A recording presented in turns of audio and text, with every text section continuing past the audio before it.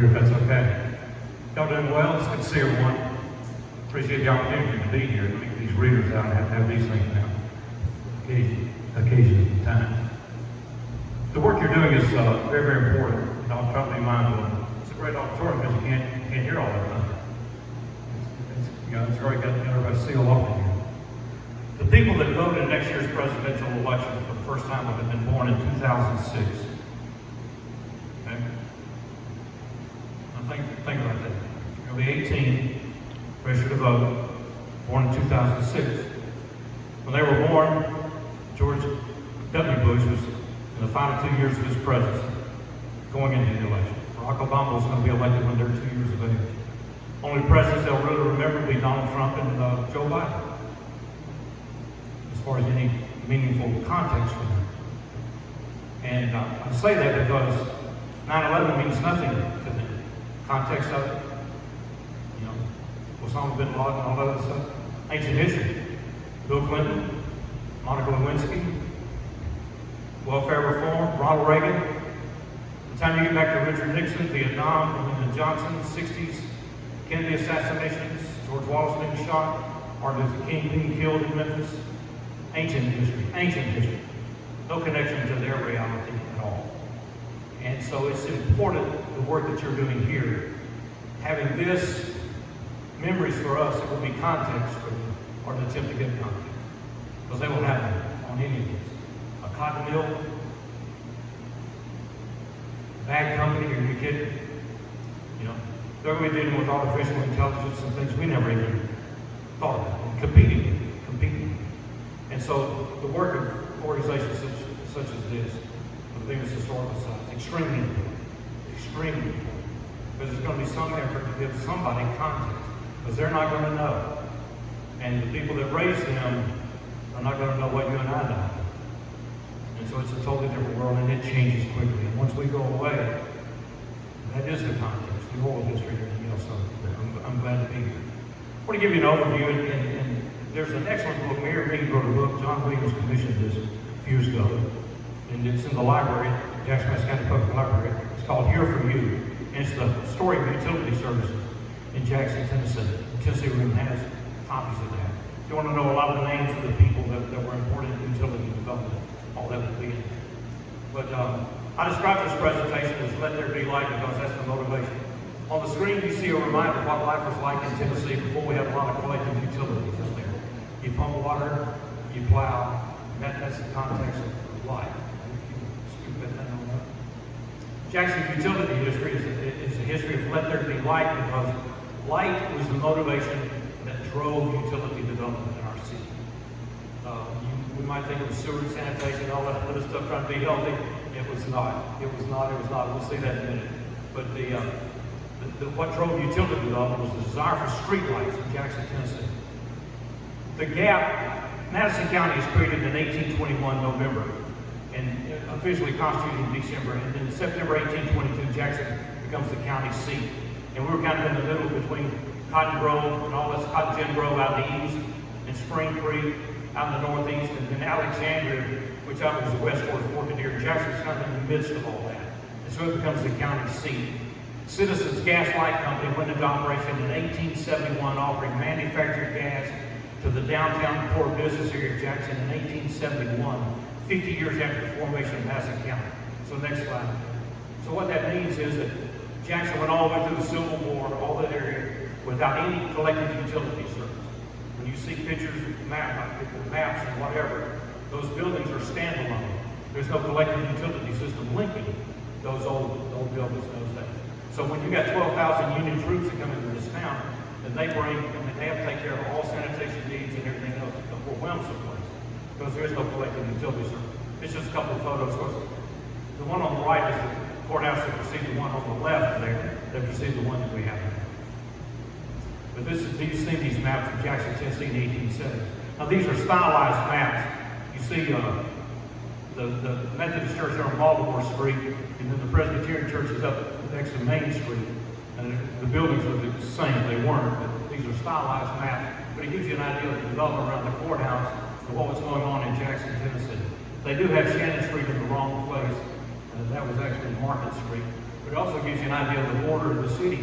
When you get up around College Street and all that stuff, that's the north side of the original plats of downtown Jackson, Tennessee. And okay, so this is the point. Yeah, this is somewhere in there. But there's Foursquare. Good stuff. Appreciate the help. The motivation for getting utility service was to get street lights downtown. And so that was the Citizens Gas Light Company. It was formed in 1871. And they brought coal and coke in, fired it up, fed it through wood pipes, and we'll show in a moment. And then the lamp lighters would light the lights at night. Now this thing here, that archway here, that's at the back of the building. It's at the farmer's market downtown. That was the original gas company. And that wall still exists there. You can see those little arch livery stable type thing. And the amp kind of follows the contour of the hill. But that's where they would store that coal and coke, fire it up, capture it, and then feed it through the wood pipes. That's the old bridge across Market. What was Market Street at that time, Highland. Those you will remember when it was 13 and a half feet. Trucks couldn't stop there. All this stuff, they had to deflate the tires, get that up. And that's usually, that was a photo of Bemis I threw in there because where we're going to leave tonight. That's 1906, I believe. There are no electric light poles. No electric light poles at Bemis in 1906. But they were running stuff up there. That's part of the railroad that came through right there by the amp. That goes down to what is now the brewery, Upstate Brewery downtown, of course the Ford distributor place. But these are some of the gas pipes, the wood pipes that utility crews at JA have dug up. They were putting in new lines and everything else. There's another slide of those that show, they hot. They clamp these. Some they just took a solid piece of wood and hollowed them out. The great thing about the gas is that as it went through, it would sear the inside of those pipes. So it kept them efficient as far as distributing the gas. But they would feed that gas into the main core of downtown and have street lights, and that's how the gas system got started in 1871. It was the gas system that brought the electric light, which is an interesting thing because they compete for customers now. And of course, gas and electric systems got separated after the TVA came in, and they never liked each other. When we talk to old timers in the gas business, if they found out a new business came to town, they put in an electric grill and didn't have gas to cook on, they wouldn't eat at the cafe. You're not going to be a customer of ours, we're not going to support you. But the thing I call attention to is right here. In the city, the gas system was the Citizens Gas and Light Company. So they were in the light business, is what they were in. And electricity became a more effective way to have street lights downtown. So the gas company brought the electric light in. At 7:30 o'clock, it says the engine started, the wheels revolved, causing the dynamo to generate the electric current, and immediately the current sped to every part of the circuit around the city. The new light was greeted with shouting and applause by the population. They got the electric light, and they were excited about it. What's happened to us? We take it all for granted. We expect it to be here. When the power goes out, after about 10 minutes, we get pretty ill. There were 25 lights for the city to make full capacity of the dynamo. And so they were going to have to add if they had more to come on. And so let me get one more slide. This gives you an idea of the contrast that's going to start coming as a result. You can see in this picture of downtown Jackson, that's the building there that was Carter Furniture for many years. NBC 39 is up there, it's on 101.5, because that's right at the corner of what we now call Main and or North Highland Market. And this is Lafayette Street right here. Yeah, Main Street, which one is that? Yeah. And so you know that building is still there. But you see the picture, we got cars, we still have carriers. Wow. So it's going through. What happened with the electric company is the electric company became the Jackson Railway and Light Company, because one of the main usage of electricity became the trolley cars for the system downtown. And so that was the development of utilities. I think that's a 1918 photograph of downtown Jackson. And Jackson Railway and Light Company prepared to purchase electricity for lighting purposes and for power. And so it, as I say, at very reasonable rates. It's just like now, industrial capacity is what provides the funding foundation for the infrastructure that drives our community. Owens Corning can burn a lot more electricity than you ought to think about. And so you try to keep the industrial base. And that was one thing that they ran the trolley system. And of course, that's something automobile just totally ended all that. West Tennessee Power and Light became the next step in the evolution. We go from the Citizens Gas Light Company to Jackson Railway Light Company, and then West Tennessee Power and Light. And West Tennessee Power and Light was a combination of electricity and gas. And then in the 1920s, we started getting the development of natural gas. And so West Tennessee Power and Light was part of a national company, and this was the frontier, and they provided, I've got the list of communities, I think, in here, that they provided power and light for, because it was quite a development in the 1920s. West Tennessee Power and Light put together what it meant the Citizens Gas Light Company, and they provided natural gas service for Jackson, Ripley, Brownsville, Covington, Henning, Humboldt. So they covered Madison, Haywood, Tipton, and Gibson counties, which was not a bad footprint. They were part of a national company. And so it just gives you an idea, once again, of the changes that were going on in Jackson, especially with West Tennessee Power and Light. They reached their peak in about 1929. Of course, what happens in 1929? That stock market crash. Everything's about to change. And then the other thing that happens is we're about to get the introduction of the TVA. And that's going to change everything else. But there has been significant progress made in Jackson. Of course, the Island Rail Yard over here. And then, of course, the Boiler Works was a huge operation. It was our development of the industry after the war between the states and the Civil War. When these brothers start this company, and it grows in about 1900. This is a huge operation here, and they're shipping all the stuff that they're making all over the country because we have rail service. One thing Jackson, Tennessee had was rail service, because we call that north-south development between the Gulf Coast and Mobile and Ohio and all the others. And then of course they also invented the Marathon automobile, and that building is all still there today. Just a reminder, before the TVA, this is what life in the valley looked like. And at your age, some of us have been there and done that, and we're the people that did it. Next. The growing demand for electricity. And of course, Henry Ford nearly bought the dam down in Florence. And there was a real effort, Senator Norris and others pushed for the government to get involved in electrification business, because what was happening, if you're a private company has to make money. Right? Have to make money. So where are you going to put your electric line? You're going to put your electric lines where you got the most customers. You're not going to start stringing wire out there in the country, because you got to go from house to house to house. There's not enough of us out there, and we're not using electricity anyway. Don't really want it. And so it took the initiative of the Tennessee Valley Authority. President Roosevelt signing that act in 1933 to open the door for the development of electric service in rural areas, because 90% of the electric usage was in cities. Cities had movie theaters, cities had a lot of other things going. But when you got out in the country, unless you happened to be somewhere along the line that was connecting cities, you weren't going to get electricity. And the other thing is, people weren't using it. They didn't know anything about it, didn't know how to use it. And so when the TVA started, they would do things like carry out lamps.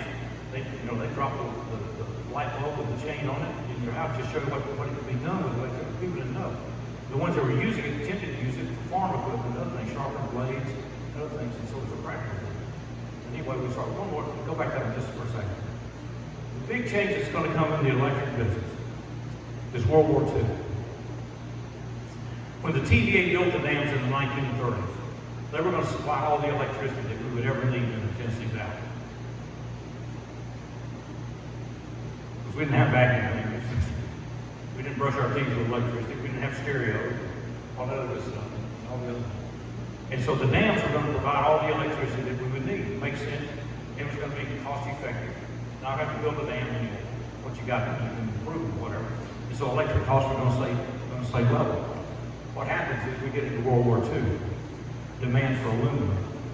We're on the way to Oak Ridge. We don't know what they're doing over there. They're building this, having built this atomic bomb.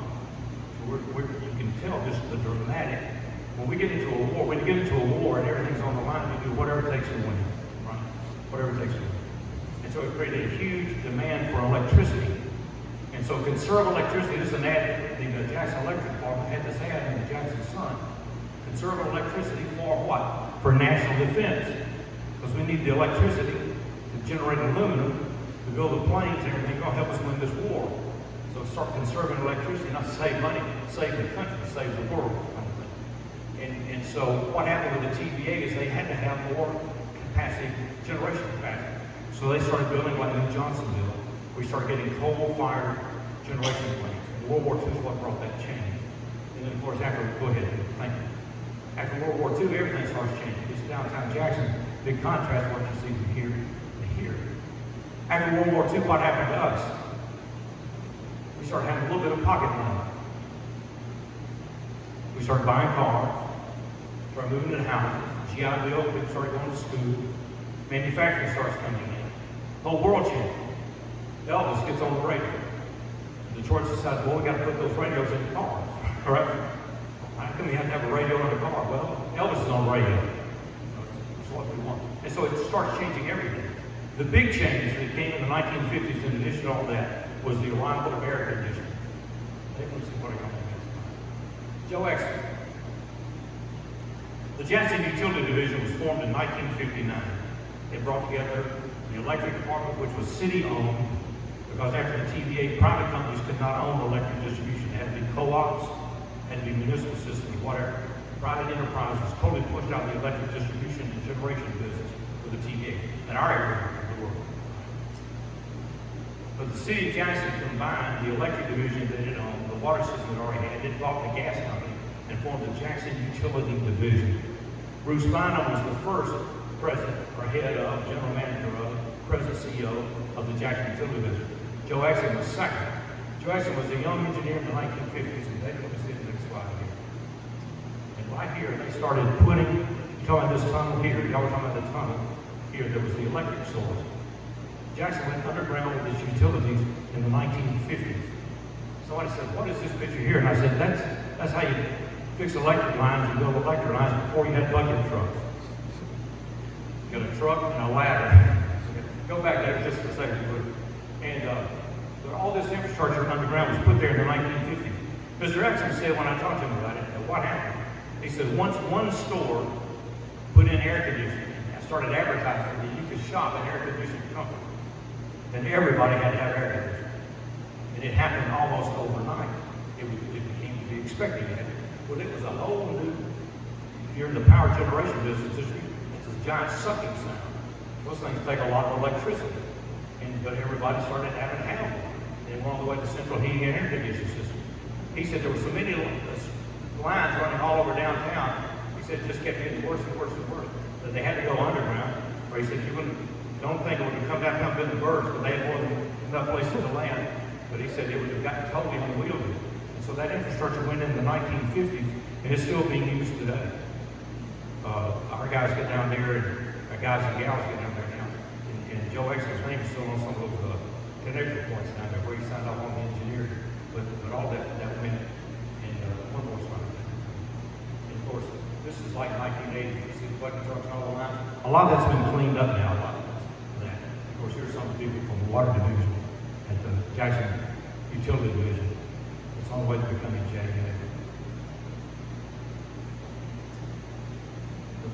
RP3 system now is recognized.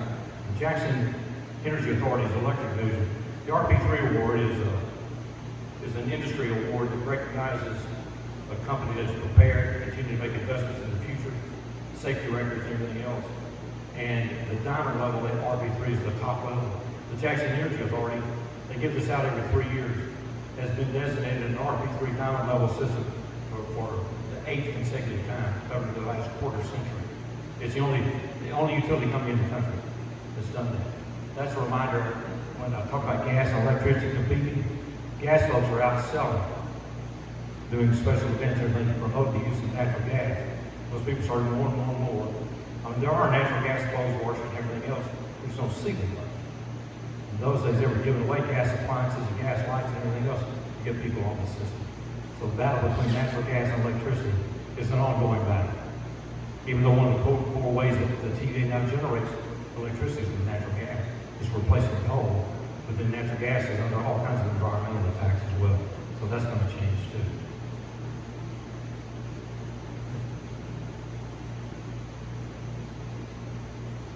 All of that's going on. There's another set of the utility service, and that's water and sewer. There was all kinds of enthusiasm when you bring an electric light into downtown Jackson, shouting and applause and everything else.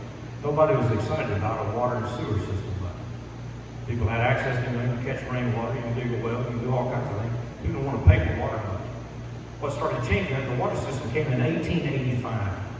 What had preceded that was a fire department in 1882. So Jackson got a fire department. When they pulled pumpers and all that stuff and everything else. But they didn't have the established standard. They had their water system. They had water access, but not water system. So you go to troughs and all those other things, and so they're with fire protection. There's starting to be a recognition that we not only need water to drink and for the convenience of it, but with standpipes and everything else and the water pressure, we need it for fire protection. So there can be standard pressure all over the core downtown area. And so in 1885, we get a water system, and then we're going to get a sewer system in the 1890s, but it's not going to be easy.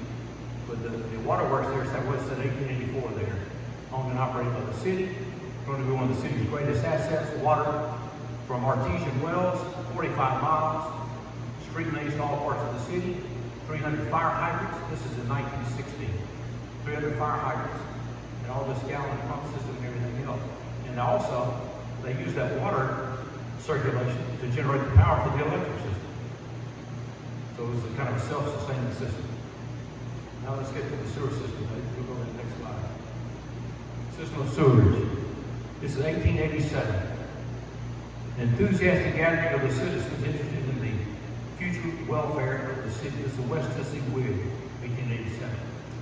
So they had a large and representative mass meeting of the citizens of Jackson, and it was gathered at the courthouse last Saturday in response to the call of the board, mayor, and aldermen to consider a bill pending in the legislature to allow the city of Jackson to issue $100,000 in bonds for internal improvements. The city charter limited the amount of debt that the city could carry. So they were going to the state legislature to start getting that expanded so they could build a water system and a sewer system.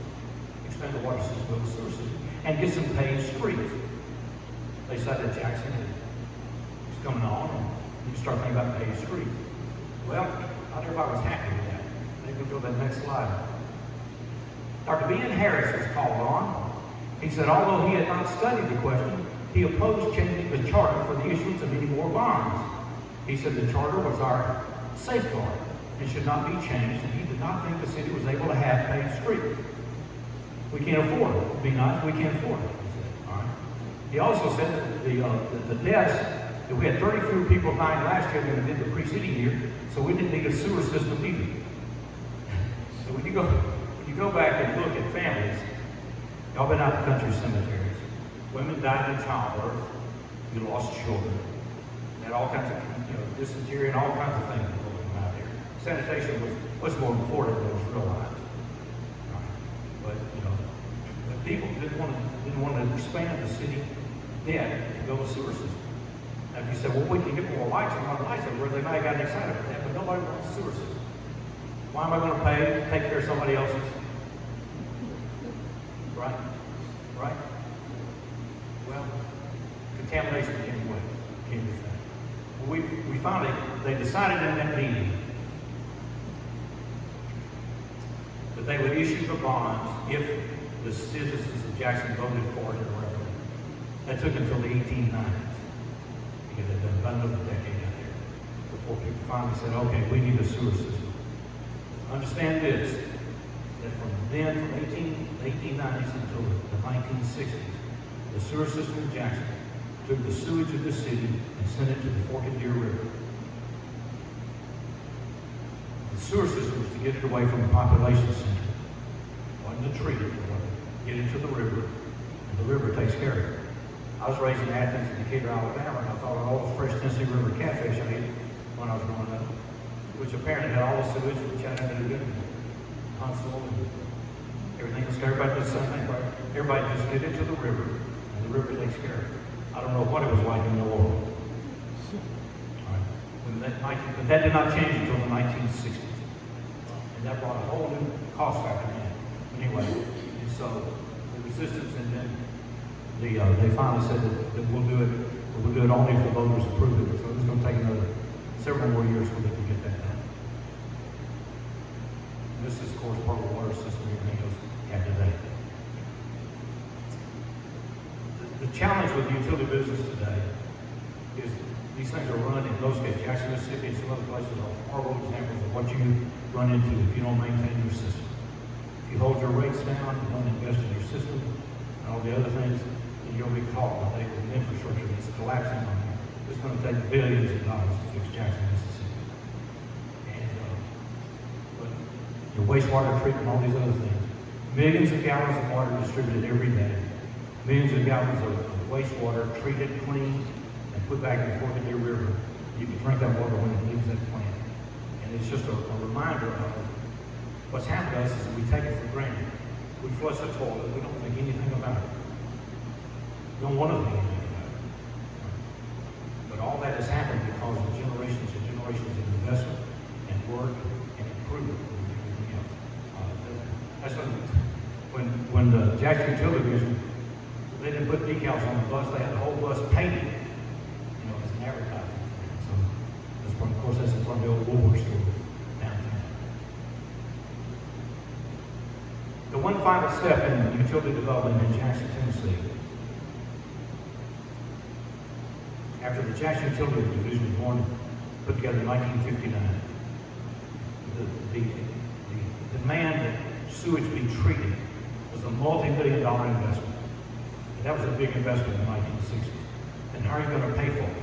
But what they did, they linked the sewage bill to the water usage. How much water you use, you'll pay a corresponding fee for the discharge of that water. Because when it goes down that faucet, it goes down that drain, it's into that water treatment. It was a huge thing. So that was one thing in the 1960s. This came along in the 1990s. In the late 1990s, we had an industrial prospect. Jackson, Tennessee was very successful, as you know, in recruiting industry. Procter & Gamble, and these are major league companies. They come into this city. We didn't have just Slant, whatever, and all those industries. We had some major players started coming here. Jackson was very good at recruiting industry. In the late 1990s, they were in an industrial meeting with a prospect. And the question was asked about what are the communication data plans for Jackson, Tennessee.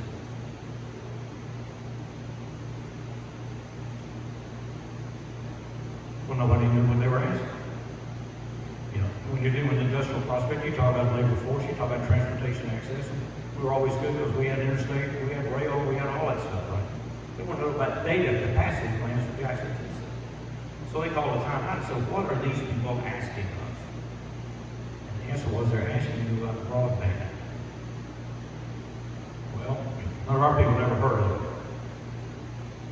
So they went to work. They went to AT&T and the communication companies and said, look, we've got an industrial prospect. We want to know about data plans, communication capacity plans for Jackson, Tennessee.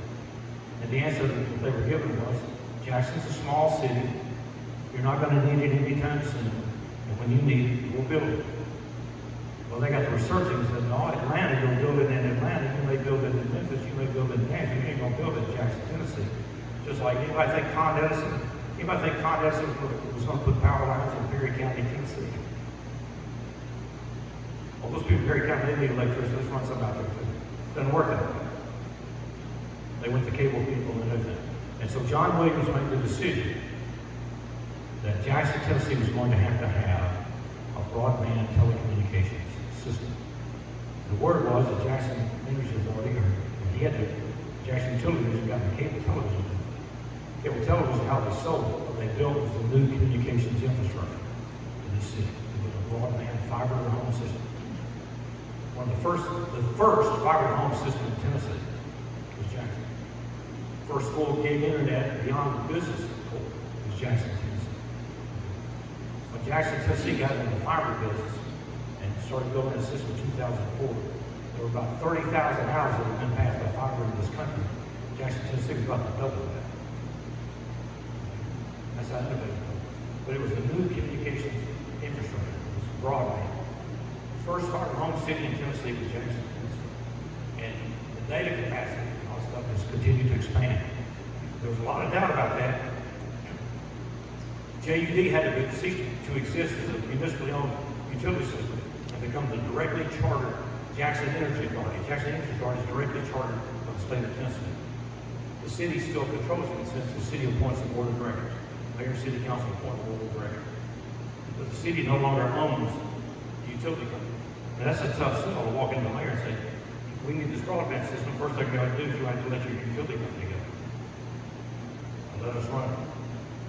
That means set the rates. Yeah. Had to get that done here and had to get it done in Nashville. But the system, they went out and borrowed $60 million on revenue bonds to be backed by the city if it collapsed. Had to go out and borrow $10 million for a line of credit because they had no customers. Started from scratch. And of course, the fiber system. And it was controversial when it was done because it was all you do is get email. We didn't think about downloads and research. Grandma's going to get on there and wave the grandkids who live in Saskatchewan. They're going to be able to wave back. And all those other things we do now. That wasn't the case in 1999. But John Williams told me when I went to work there, he said, Steve, he said, one day I think you'll go to the doctor and not leave your house. They'll be able to monitor you from your house. You don't stay in a hospital. So he saw telemedicine. I was why he did. Because he was, borderline Henderson County guy. And did all that. That was the reason for that fire. The message of all this is that everything we see today came through many different steps, many different generations of people. Backbreaking work, millions of dollars in investment, speculative investments in time to put Jackson, Tennessee where it is today. And I got another slide with some of the guys and folks, steps that were made down through the years to get us where we are today. Where we are today, that's the crossings that's coming up there, south of Ashport Road, between bypass and North Island, right? Whatever that's going to be, that's coming. And of course, Jackson Walk, y'all remember all right sign room when we had Porta Johns right there next to Hayes Fish Market on the hillside going down there, the old abandoned dairy. The farmer's market came in, it was like a new development in an area that nobody was investing in. Now you look at it today, it's just beginning. Don't know where we're headed. But the one thing, the old timers like Joe Exxon stuff said that when they built the interstate, started building the interstate, of course the interstate ran north of Jackson. It was supposed to bypass Jackson. The idea of the interstate, you were going to go from Memphis to Nashville, and Nashville to Knoxville, and Nashville to Chattanooga, without going through anything.